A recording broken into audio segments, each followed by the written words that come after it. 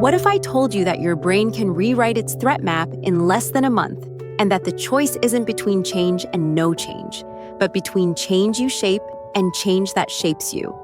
The world will keep pushing. Your nervous system will either tighten around the pressure or learn to move with it. Stay with me, because by the end we'll build a clear, testable plan for how to feel safer inside your own skin while the outside world keeps shifting. And I'll also resolve a paradox I'm about to open: why pausing can make everything move faster. Before we go further, a gentle disclaimer. This video is educational, not a substitute for an individualized assessment, diagnosis, or treatment. I'm speaking as a clinician about general patterns I see in research and in practice. If you're in immediate distress or danger, please reach out to local crisis resources, emergency services, or a qualified professional in your area. You deserve support that fits you. The reason this conversation matters right now is that many people feel the ground moving under their feet. Political flare-ups, climate events, sudden changes at work or home, and the relentless hum of digital noise pull attention outward and upward until the body forgets it has a floor. When enough small shocks stack up, the system doesn't necessarily explode. It compresses. Time feels thin. Choices feel narrow. We call this allostatic load, your body's cost of adapting to pressure. In plain English, it's what happens when you're always bracing for the next thing. Bracing works for sprints, it breaks down in marathons. What we want instead is a flexible core, psychologically, emotionally, and physiologically, that lets you engage, back off, re-enter, and keep steering. There's a phrase I use with clients: build the bridge before you cross the river. We can't stop rivers from swelling, but we can build structures that hold. In skills language, that structure is your window of tolerance, the band in which your nervous system can think, feel, and choose without tipping into shutdown or panic. Mindfulness gives you a balcony view without pretending the street isn't loud. Cognitive and behavioral tools sharpen the choices that balcony allows. Acceptance and commitment. Therapy helps you move in the direction you care about, even when discomfort tags along. Dialectical behavior therapy gives your physiology levers: temperature, breath, muscle activation, so your mind doesn't have to negotiate with a storm using only words. Let's start with a counterintuitive move. When the world speeds up, create deliberate slow zones. 5 minutes of quiet, once or twice a day, is not a cute wellness add-on. It's a structural beam. No mantra required, no perfect posture, no performance goals. Sit, let your mind wander, and come back on its own. Some days it will roam like a dog off leash. Some days it will circle and lie down. The point isn't to achieve a special state, it's to stop feeding the machine for a short interval so your interoceptive radar can come back online. Interoception is your sense of internal signals, heart rate shifts, breath depth, stomach tension, that tell you whether you're climbing toward overwhelm or settling back within range. People often wait for clarity to arrive as an idea. More often, clarity announces itself as a change in how your body is holding the moment. Now imagine the next 6 months like a coastline with intermittent storms. Some will be local, others will send waves that run the length of the shore. You don't need to predict the storms to prepare the harbor. This is where self-care stops being a mood and becomes logistics. Sleep regularity, light exposure in the morning, movement that raises your heart rate, protein, and fiber that give your blood sugar a seatbelt. None of this is glamorous, but it's what takes a day from brittle to bendable. The evidence is boring on purpose because it's robust. Even so, I'll keep the language plain and the claims modest. People who protect these basics tend to recover from stressors faster. They don't avoid pain, they regain steering sooner. Anger, by the way, is not a moral failure. In healthy systems, it's a signal. Something important feels threatened or crossed. When anger lingers, it's often because the signal isn't being named or the boundary isn't being set. You can feel anger rise and not let it run the show by giving the body an exit ramp first and words second. Splash cold water, do 20 seconds of fast air cycling by exhaling longer than you inhale. Press your feet flat and isometrically engage your legs for 10 seconds, then speak. This is physiology first boundary setting. A calmer body makes a cleaner sentence. I say this not to downplay legitimate outrage. Some situations deserve it, but because repair rarely happens when nervous systems are at war, we'll come back to anger later, and to what it looks like when frustration finally melts into grief and then into choice. For now, file the idea that emotions often need an embodied ritual before they can become a conversation. There's another puzzle piece that confuses people: They see unusual behavior in others and think, have I missed something? Often you haven't. Stress makes humans do mismatched things. The brain grabs the quickest relief, not the best strategy. What looks bizarre from the outside is sometimes an overwhelmed system hitting the nearest button. Recognizing that can keep you from over-personalizing. It can also create what I call compassionate distance. You step 2 feet back inside yourself, see the whole frame, and decide whether closeness, limit setting, or stepping away serves everyone better. This is not withdrawing love. It's choosing contact that your nervous system can actually sustain. A useful mantra here is short and not mystical. Clear is kind. You can say, "This doesn't work for me," without condemning anyone's character. You can leave the room without leaving the relationship. When people's choices don't make sense, allow their biology to be loud in your analysis. You'll find less shame and more strategy there. Let's talk about identity, because calls to become new sound inspiring until you try to live them. The clinical version is less shiny. Identity is partly a set of practiced predictions. Your brain guesses what to do next based on what kept you safe before. If old predictions saved you in a chaotic family, you might predict that voicing needs equals danger. If keeping the peace prevented explosions, you might predict that boundaries equal abandonment. Becoming new, then, is asking your nervous system to tolerate different predictions long enough to gather evidence that you survive them. In CBT terms, that's exposure with response prevention. In everyday terms, it's doing the next honest thing and letting the body learn that the sky doesn't fall. Your voice will shake the first few times. That isn't proof you should stop. It's proof you're rewiring. You can be warm and firm in the same sentence. You can disappoint someone without violating your values. You can be misunderstood for a season while you're building a more truthful life. Some people here talk about downloads or sudden insight and wonder whether they're missing a channel. Let me translate this clinically. Creative surges do happen, especially after periods of depletion or grief when the system has been quietly reorganizing. The frontal networks that plan and the default mode that wanders start talking to each other differently once you've rested enough and moved enough. Ideas arrive not because the universe finally noticed you, but because your brain finally had enough oxygen and stillness to connect pieces. Treat flashes of clarity like seedlings, not demands. Write them down. Put a gentle fence around them. Give them water in the form of attention you can actually afford. Don't yank them up by the roots to prove they're real before they've had a week in the sun. Many people think they have block when they're actually in incubation, or they think they're lazy when their bandwidth is already leased out to survival. The fix is often boring. Reduce 3 small drains on attention and watch the lights come back on. Your body will not always behave itself while this is happening. You may sleep hard and still wake unrefreshed for a stretch. You may fall asleep easily and pop awake at 3 a.m. and lie there watching your mind build elaborate timelines for problems you don't actually have to solve tonight. You may feel pulses of energy you can't explain and then find yourself flat the next day. When patterns become concerning, get them checked. Don't use spirituality or self-help to ignore medical red flags. But when fluctuations show up during seasons of change, try a stance that blends curiosity and gentle troubleshooting. If early morning awakenings are frequent, avoid doom scrolling in bed. Keep the room dim and boring so your brain stops thinking the night shift is social hour. If daytime fatigue keeps crashing you, check your timing on caffeine and your exposure to morning light. The suprachiasmatic nucleus, the body's clock, cares about photons more than pep talks. If you've been living from the neck up for years, treat your body like a teammate you're finally listening to, not a mule to whip toward productivity. You don't have to love stretching or walking to benefit from them. You can dislike the gym and still build a ritual of moving your blood around the block. The point is not athleticism, it's circulation. Emotions need a river, not a moat. Community enters here, and it's where idealism often collides with history. Not everyone has found people who feel safe. Some of you learned early that groups were where you disappeared or got hurt. So phrases like "find your people" can feel like commands, not invitations. I mean something more flexible. Humans regulate better in some form of communion. For some, that's friends and colleagues who share values and language. For others, it's time in nature where your nervous system can calibrate against something non-judgmental and reliable. For still others, it's a practice community, breathwork, faith circles, mutual aid groups, where showing up is the only price of admission. The research on social support and resilience is clear enough to be boring.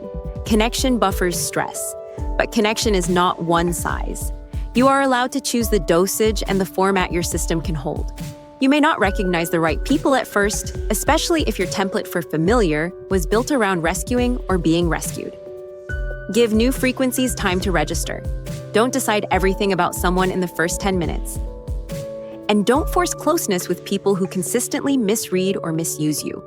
Your nervous system can learn to tell the difference, and it will thank you for listening. Now let me open a loop I'll close later. There's a 20-minute practice that consistently lowers baseline arousal in many clients within a week. And it's not meditation, cold plunges, or a miracle hack. It is a specific stacking of 3 ordinary behaviors that shift breath mechanics, visual focus, and attentional load in a very particular order. I'll teach it after we walk through a few stories, because the why matters as much as the what. When you understand the levers, you'll be less likely to abandon the practice the first day your mood doesn't instantly rebound. Before those stories, coming next, I want to soften one common misconception. People often believe clarity precedes action, that once they figure it out, action will be simple.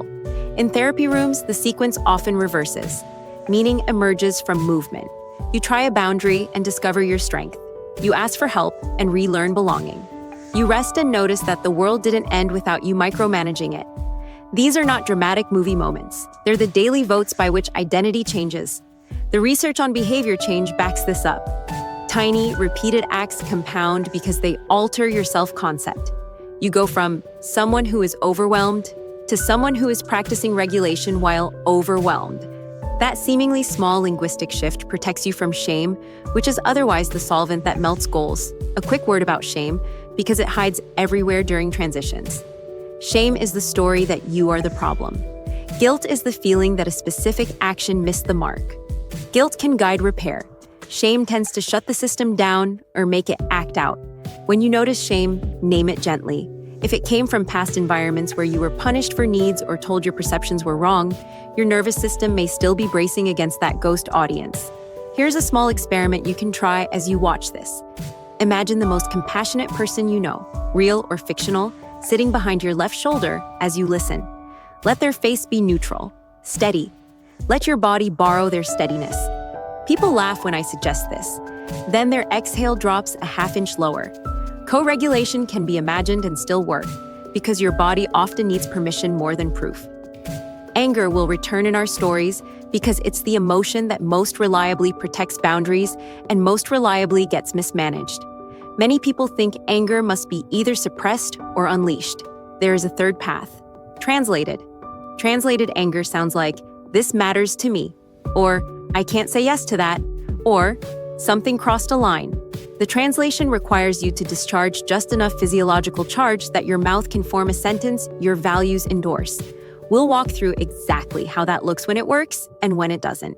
For now, remember that anger isn't the opposite of compassion.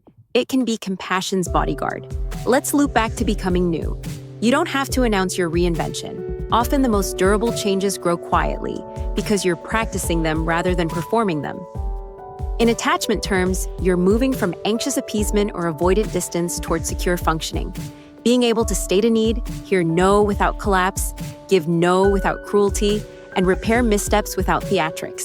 If that sounds like a high bar, consider it a direction, not a checklist. People don't become secure by memorizing the rules of secure people. They become secure by surviving honest contact. You try, you wobble, you repair. The myth is that repair means admitting you were wrong. Sometimes it does. Often it means admitting you were scared. When fear is named, it moves. When fear hides, it freezes and drives the bus from under the dashboard. Here is a micro summary to keep in your pocket until the stories bring it to life. The world will surge. Your physiology will surge with it. You do not have to choose between denial and drowning. You can build slow zones that restore steering. You can practice boundaries that your body can bear. You can treat ideas like seedlings. You can let connection be specific instead of generic. And you can allow anger to become information rather than a weapon. If these sound like principles you've heard before, that's because good principles repeat. What changes is your capacity to embody them. And that's where practice, not perfection, does the quiet miracle. In the next chapter of this series, I'll weave 3 composite stories that show these ideas moving through real lives. One person ignored their body's warnings until burnout eroded something precious, and will trace exactly where prevention could have entered. Another kept repeating trauma-shaped patterns without recognizing them, and then, late but not too late, noticed the hinge that finally turned. A third rebuilt from the inside out using ordinary skills stacked patiently until the extraordinary felt almost normal. As we walk through them, I'll show you the specific moments where therapy methods like CBT, ACT, and DBT skills change the trajectory, not because the labels are magic, but because the timing fits the nervous system's readiness. And after those arcs, I'll return to the paradox I opened at the start and teach the 20-minute practice that lowers baseline arousal in a way you can feel and measure. For now, take one breath you can feel all the way down, not as a performance, but as a kindness. Let your shoulders drop by a millimeter. Let your jaw unclench by the width of a seed. That shift you just sensed is not small. It's the door that all bigger doors swing on. When you're ready for part 2, type one word and we'll continue the journey, story by story, skill by skill, until the open loops close and you can feel in your own body what I promised at the start. Not a life without storms, but a life with a harbor you trust. On the 4th Sunday in a row that her stomach clenched before dinner, Tessa decided she must have eaten something off, which was the same story she had told herself the previous Sundays and the Sundays before that. She worked in a buzzing product team where deadlines behaved like migrating birds, always moving, always urgent, always beautiful in theory. When a colleague left, she took on their launches with a polite smile that sounded confident to everyone except her jaw, which had started setting like plaster by noon. She told herself she was lucky to be trusted, told herself the tightness was pride, told herself the headaches were a screen problem. Her calendar looked like a tray of ice cubes with no gaps between the squares. Her attention had nowhere to melt into. She slept later and woke earlier, then told the same joke about being a night owl in a lark's body, while the back of her neck burned quietly, with a feeling she could not name. At first, she skipped lunch meetings, then she ate at her desk, then she stopped noticing hunger completely and congratulated herself on efficiency. The day it cracked wasn't cinematic. Her supervisor asked a reasonable question, and her eyes filled before she could translate the heat in her throat into words. She apologized 3 times for having feelings and offered to work late, which is how you know a nervous system is trying to buy safety with sacrifice. Nothing that happened to Tessa was inevitable. There were 3 earlier doors she could have walked through that would have changed the ending, and none of them involved quitting her job or becoming a new person overnight. The first door was a sentence spoken out loud at the right time. I can own A and B this week, but I can't deliver C without dropping something that matters. In cognitive behavioral terms, that sentence would have interrupted a distorted equation that equated value with volume. In nervous system terms, it would have lowered the threat prediction around saying no by letting her body learn that disagreeing did not equal exile. The second door was a structural tweak that looks small but is not. Her calendar needed 2 20-minute gaps protected like glass, one before noon and one mid-afternoon, places where she would stand up, see daylight, and let her vision go wide instead of staring down a tunnel. Dialectical behavior therapy talks about building emergency exits into the day so arousal can come back within range before it combusts.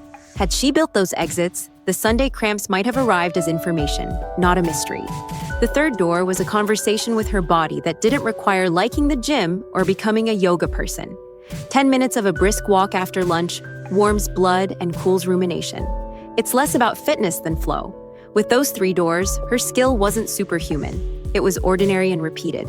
She needed permission to use it. When we finally met, her first instinct was to apologize for not managing stress better, which is a bit like apologizing to a smoke alarm for detecting heat. We started where it was simplest, a daily practice of ending one small task on time, even when she could do more, then noticing the jolt that followed as her body asked to chase the old safety strategy of overgiving. That jolt, she learned, wasn't proof she should keep going. It was the old map reactive and loud. Acceptance and commitment therapy frames this as moving toward values with discomfort in the passenger seat, rather than waiting for comfort to give permission. Her value was reliability. Her habit was self-erasure. Reliability remained. The self-erasure got slowly retired. The shocker for her wasn't that boundaries work. It was that calm felt wrong at first. Calm felt like not caring. Calm felt like the beginning of a fall. When she stayed with the feeling without obeying it, she discovered a new identity statement that was both true and unfamiliar. I can be trustworthy without being available to everything. 2 months later, the Sundays softened. 6 months later, the headaches were occasional. Her job did not become gentle, but her body no longer had to scream to be included in her decisions. Andre's story took longer to name because the pattern disguised itself as romance, and then, when that got old, disguised itself as pragmatism. He kept choosing partners who needed saving, a role at which he was both skilled and exhausted. His childhood had trained him for crisis, a parent who loved intensely and unpredictably, a home where repair required a child to act like an adult before the adults did. When someone new looked at him with the particular bright dependence that says you are oxygen, his nervous system recognized a script it knew how to perform.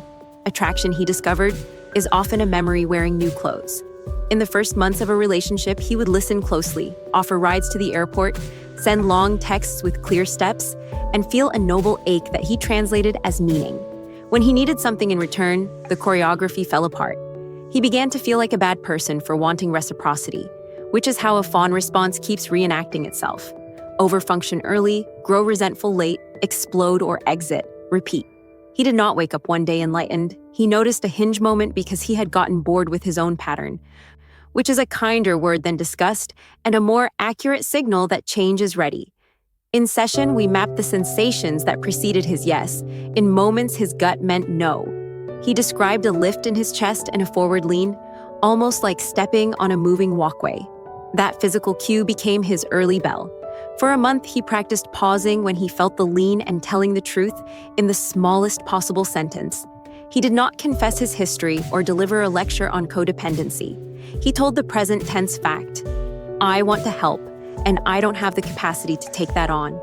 Sometimes he followed with a suggestion that didn't cost his nervous system, which matters because fawning is often generosity plus fear, not generosity plus malice. When an old partner texted at midnight after months of silence with a familiar emergency, he felt the forward lean pull at him. He put the phone down for 2 minutes and walked to the sink. He ran cold water over his wrists and breathed out longer than he breathed in until his pulse stopped tapping on the inside of his skin. Then he wrote, I'm not available tonight. I hope you find support. He did not add explanations. He did not apologize for existing. He survived the silence that followed and found, to his surprise, that the world did not end without him standing watch. Understanding the pattern helped, but the pattern changed because his body learned something new. That is the heart of trauma work, even when you never use the word trauma. We used pieces from different methods: cognitive processing to challenge beliefs like my needs are dangerous, EMDR-inspired bilateral stimulation during recall to loosen the glue on a few sticky memories, and more often, slow interoceptive awareness to notice that he could feel fear without obeying it. The turning point wasn't dramatic. It was a tired Sunday afternoon when a new partner canceled plans last minute without checking in, and instead of telling himself a story about what he deserved, he named a boundary and felt the old panic rise and pass like a fast-moving cloud. He wrote, I want reliability. If that isn't how you operate, we're mismatched. He expected rage or mockery because he had lived with those as consequences earlier in life. What he got was an honest reply. You're right, I'm not ready for that. He was not rejected, he was informed. Something heavy fell off his chest and something steady stood in its place. In attachment language, he had just practiced secure functioning with himself. Sora did not believe in practices. Practices were for people with time and nice notebooks. She was raising 2 kids, working part-time in a clinic, and carrying a quiet grief for a sibling lost in a crash that no one in her family could speak about without breaking. Her sleep came in pieces, and so did her hope. She told me she wanted to feel different but didn't want to talk about feelings for an hour every week. I told her we could build a rhythm that used language only where it was leverage. Her first experiment lasted 10 minutes a day and looked like nothing special. She began by standing on her porch where a tree across the street caught the wind. She let her eyes soften from their usual tight focus on what might go wrong inside the house and gave them to the wider scene. When the eyes widen, the sympathetic branch, the go forth and handle things arm of the nervous system, often loosens its grip a notch. 2 minutes in, she noticed her exhale get heavier. From there, she went inside and washed a few dishes by hand. Not to clean, but to give her hands something rhythmic that matched the wind she had just watched. Moving water became the metronome she could borrow when her own was off. Then she sat on the back step and scribbled a few lines. Not a diary entry, just a short list of what worked today. She hated that phrase. It sounded corny. She used another one. What didn't get worse? In 6 weeks, she found herself saying sentences out loud that did not start with "I'm fine." The grief did not leave. It integrated just enough that she could go grocery shopping without flinching at the cereal her brother used to eat. A month later, she added 3 minutes in the afternoon where she lay on the floor and put her calves on the couch so her back could let go. Her children thought it was a game and sometimes draped themselves over her like warm blankets. She did not become a new person. She became a person whose day had a few bridges built into it, which changed how many storms washed her away. These arcs might sound tidy, told in past tense. In real time, they looked like zigzags. Each of them also carried a moment of release that many mistake for failure. Tessa cried in the car after saying no to a project she secretly wanted. Tears weren't regret, they were the aftershocks of an old rule cracking. Andre felt a loneliness so wide after stepping back from a savior role that he almost ran back to it. The emptiness was the space where a truer belonging would later sit. Sora lost her temper one evening and yelled about crumbs before leaving the room so she wouldn't say something she didn't mean. The exit was not avoidance. It was a DBT skill called Stop Done Imperfectly and On Time. Healing arcs look anticlimactic close-up because your nervous system is adjusting to ordinary. Ordinary doesn't get good PR.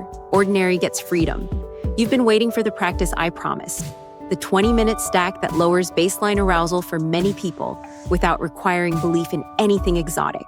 I'm going to teach it with enough detail that you can feel why it works, and with enough humility that you won't feel scolded on days you skip it. Treat it like brushing your teeth, unremarkable, repeatable, and forgiving. The power is in the order because the order follows your biology's priorities. You begin by giving breath a shape that tells your heart it can stop scanning the horizon. For about 6 minutes, you let inhaling be gentle and exhaling be longer. Not dramatically, just noticeably. Maybe a count around 4 in and 6 out if counting helps, or simply a sense that the out-breath has room to finish. Keep it nasal if you can, because nasal breathing invites the diaphragm to do its job and brings nitric oxide along for the ride, which opens vessels a bit. You don't force calm. You create conditions where calm can consider returning. When you notice your shoulders drop or your jaw stop auditioning for hero, you shift the second piece.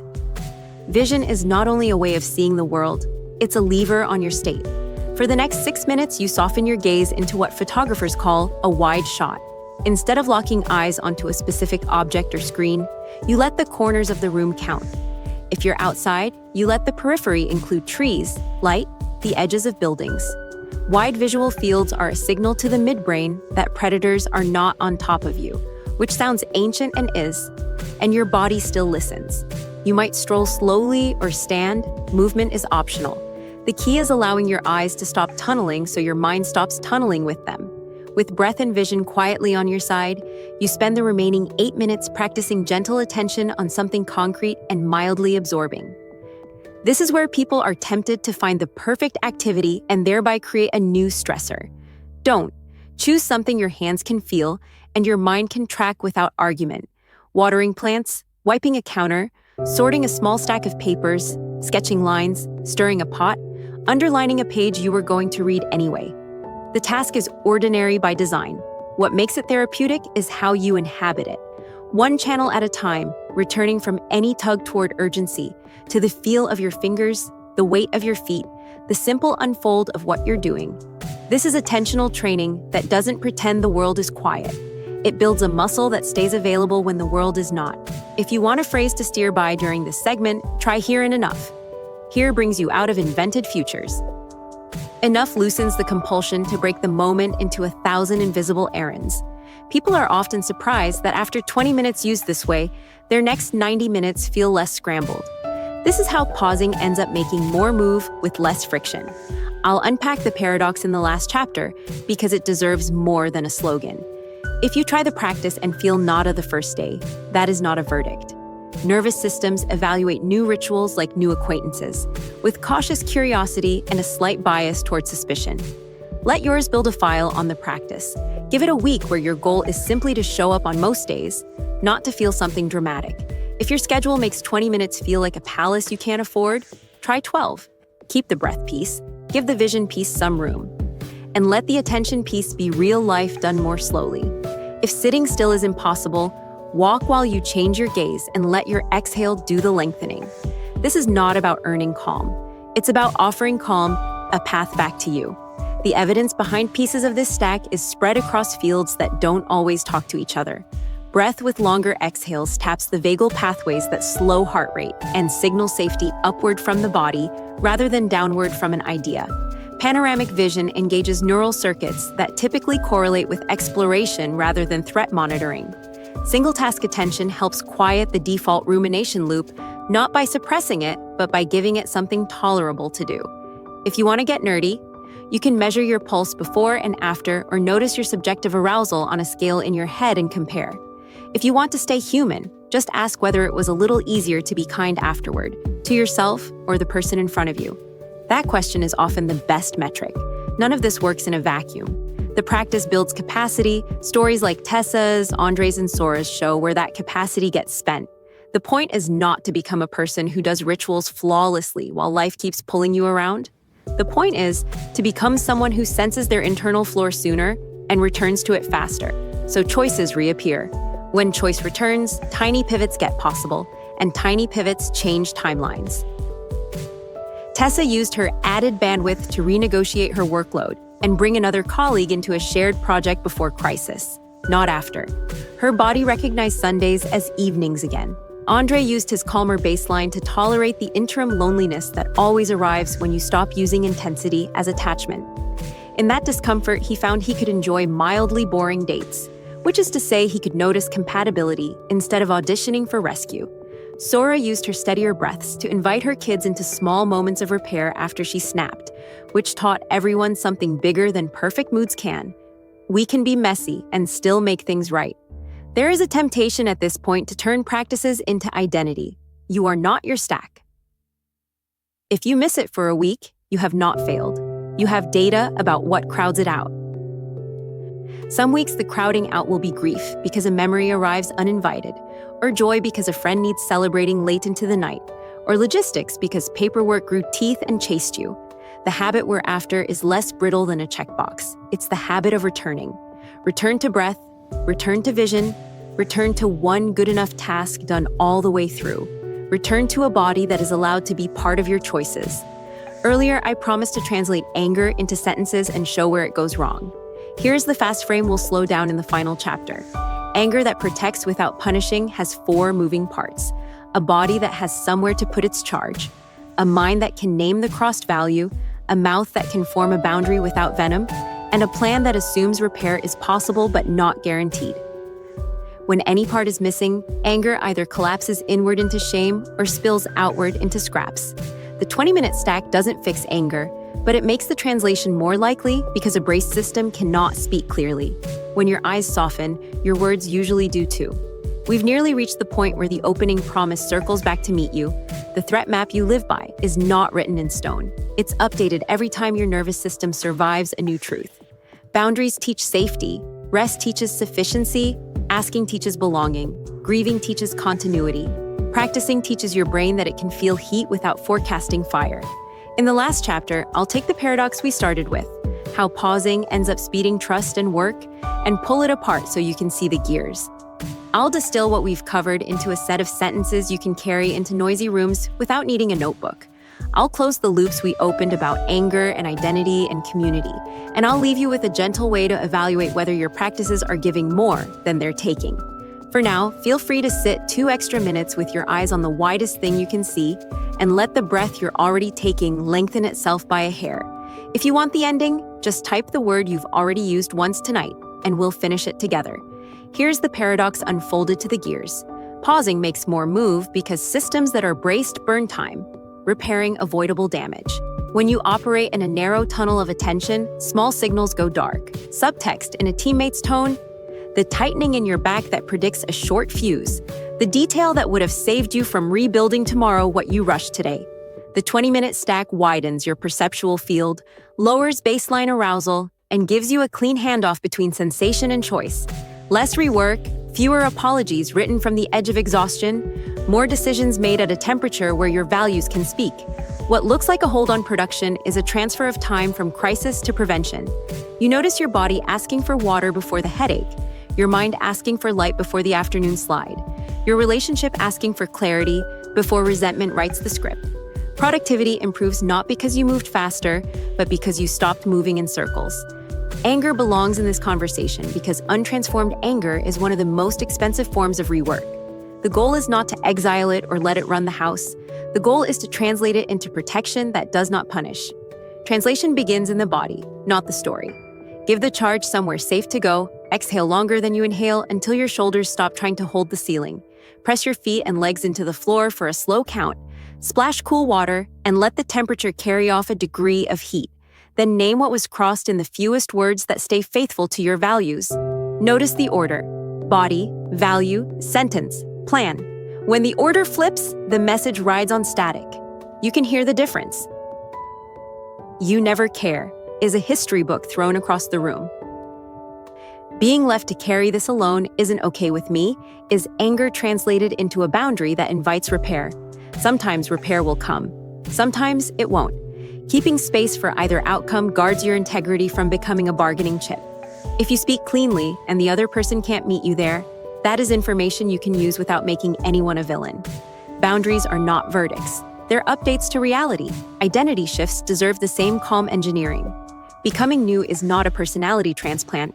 It is a series of prediction errors survived on purpose. Your nervous system forecasts danger based on what used to be true. You teach it new math by acting in alignment with your present values and letting the body discover that it did not die. This is exposure with response prevention in plain clothes. And it is why the first honest boundary, the first real ask, or the first true no often feels wrong. Wrong does not equal unsafe. Wrong can mean unfamiliar. The proof you're looking for won't arrive as instant comfort. It will arrive as a life that needs fewer contortions to stay together. The moments that count are small and repeated, sending the message before you rewrite it to sound less needy, ending the meeting on time without nervous laughter, resting on a Tuesday afternoon without creating a crisis to justify it. Each time you practice, the alarm shrinks. Each time you repair a wobble, instead of pretending it didn't happen, your identity earns a stripe it won't have to perform for later. Community sits beside identity because newness struggles in isolation. You may not be drawn to crowds. That's fine. Communion has many shapes. Maybe you belong to the trail you walk at dawn, to the one friend who will tell you the sentence you're avoiding and love you through the flinch, to the small group that meets for a quiet hour and shares nothing performative. What matters is that your nervous system gets to experience being felt and not managed, seen and not consumed. Many people miss good people because they're scanning for familiar electricity. Familiar electricity can be an old alarm disguised as chemistry. Give steadier signals time to register. Don't decide everything about someone in 10 minutes. Notice how you feel after the hour ends. Steady is a kind of love. And be willing to let go when connection consistently costs more regulation than it returns. Compassion doesn't require proximity. Distance can be a gift wrapped in integrity. Let's tie the loops to the opening promise that your threat map can be rewritten. Threat maps update through experience that your body trusts. You reassign danger labels by living through what you once avoided and marking the moment as intact. You calm a hypervigilant mind by widening the eyes that feed it. You build a sense of sufficiency by ending ordinary tasks on time and letting the unfinished exist without contempt. You reduce Sunday dread by naming workload limits before your body has to scream. You heal fawning by telling one present tense truth and surviving the echo. You start to like who you're becoming, not because the world applauds, but because you no longer have to hide to stay connected. On days when everything is noisy, shrink the theory and let the order carry you. Begin with a breath that ends fully. Let your gaze include the edges of the room until your mind stops sprinting down a hallway. Choose one task and finish it at a human pace. If anger arrives, move the charge through your body, and then say the smallest true sentence that protects what matters. If shame whispers that you are the problem, answer with gentle specificity about an action you can repair. If loneliness spreads like weather, reach toward one safe person or one place that steadies you, and let contact be measured in minutes, not transformations. You will not do this perfectly. Perfection is brittle. Practice is resilient. The brain doesn't require perfect repetitions to learn. It requires repeated contact with safety while something honest happens. A word on relapse, because growth that only works on good days isn't growth, it's costume. You will skip practices. You will snap and say the thing you promised yourself you wouldn't. You will take on too much and only realize it when your body complains. Treat these as data points, not indictments. Rupture and repair are not an emergency. They're the circulatory system of real relationships, including the one you have with yourself. Apologize cleanly when you need to, not to beg for forgiveness, but to name reality and invite trust back to the table. Adjust a plan that overshot your capacity without declaring yourself a failure. Reset the stack tomorrow without penance. You're not starting over, you're continuing a project that matters. If you joined us at the beginning for the hook and have stayed until now, you've already practiced the paradox, you slowed down to listen, and you gathered tools that will quicken the right parts of life. The clarity to protect your time before resentment curdles it, the courage to speak value-based sentences, the patience to let seedlings of insight grow into actual changes in how your days feel, the steadiness to tolerate the quiet that often precedes better choices. The map is not the territory, but it is a better map than the one you started with, and it will keep improving as you live with it instead of performing it. As we close, a brief reminder in the same spirit as before. This is education, not a replacement for individualized care. If what you're wrestling with includes risk of harm to yourself or others, or if your symptoms make daily life unmanageable, please reach out to local crisis resources, your primary care clinician, or a licensed therapist in your region. Support is a right, not a luxury, and asking for it is a form of intelligence. If you'd like a next chapter that builds naturally on today, come with me into a conversation about repair. How to mend after missteps without losing yourself or the relationship. How to apologize without self-erasure.